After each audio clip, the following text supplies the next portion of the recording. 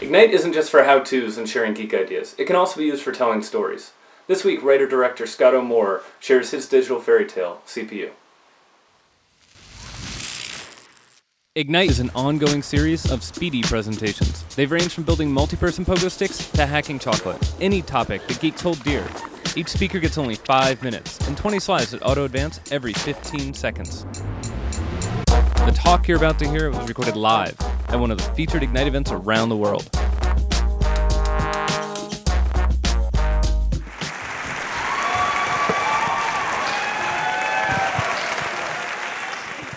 Something was wrong with Mark. He couldn't put his finger on it. He was finding it harder and harder to wake up and get out of bed each morning, as though he were fighting through an uncontrolled cloud of mental processes just to wake up each morning. His girlfriend Mandy noticed it too. "It seems like you are always thinking about something else these days," she said, and he couldn't deny it. His concentration was totally degraded at work. He found himself visiting strange websites, filling out questionnaires. He had no idea what the questions were, never been to these websites before. He's looking at his own answers, and he couldn't really even understand what the hell he was talking about. Now, one night, out on a date with Mandy, he realized that she'd been trying to catch his attention for several minutes. "What the hell are you staring at?" she said impatiently. He blinked several times to be sure. He was staring at an error message directly center in his field of vision, hovering over the table. "Mandy," he said, "I think I've caught a virus." "Again?" she said. He tried hard to push the button with his mind. Mandy caught him and said, Wait, no!" But it was too late. He pushed that button.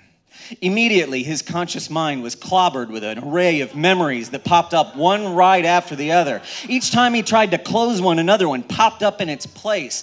Mandy managed to drag him to the car, admonishing him the whole time. "Don't you remember how hard this was to get rid of last time? Why can't you be careful?" He woke up the next morning, groggier than usual, to find himself propped up in bed, a laptop sitting on his lap. A man stared condescendingly out of a video conference window at him. "Well, look who's finally finished booting up. Mark, do you mind if I ask you a few questions?" Mark shook his head, struggling to catch up to the situation. "Wonderful. Now, your lovely girlfriend here says you turned off automatic updates because you don't trust them. So I'm curious, when was the last time you bothered to patch your personality?" Mandy shook her head. I know that he patched his video game addiction, but I seriously doubt he ever installed that porn blocker I asked him to. "Oh, of course not. And modern porn is a prime steganographic vector for installing consciousness kits. Now, Mark, I'm assuming when you run your mind in administrator mode, you do use a strong password." Mark's mind blanked. Mandy looked horrified.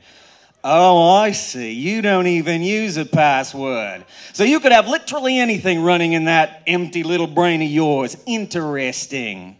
Slowly, with great effort, Mark tapped out a request on the laptop keyboard.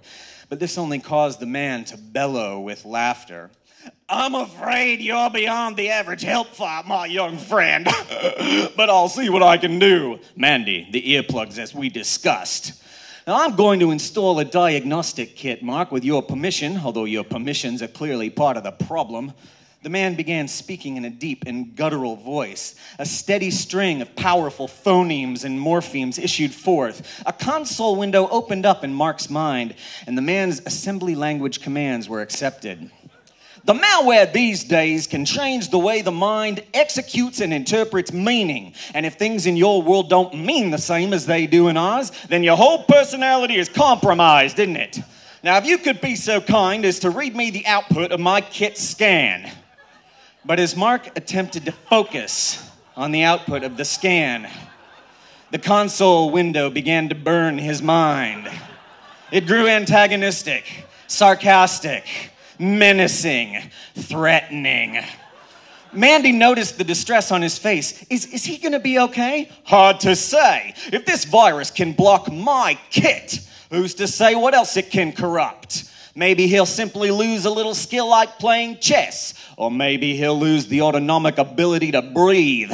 Mark began tapping out a new frantic request. Mandy figured it out before he'd even finished typing it. Are you sure?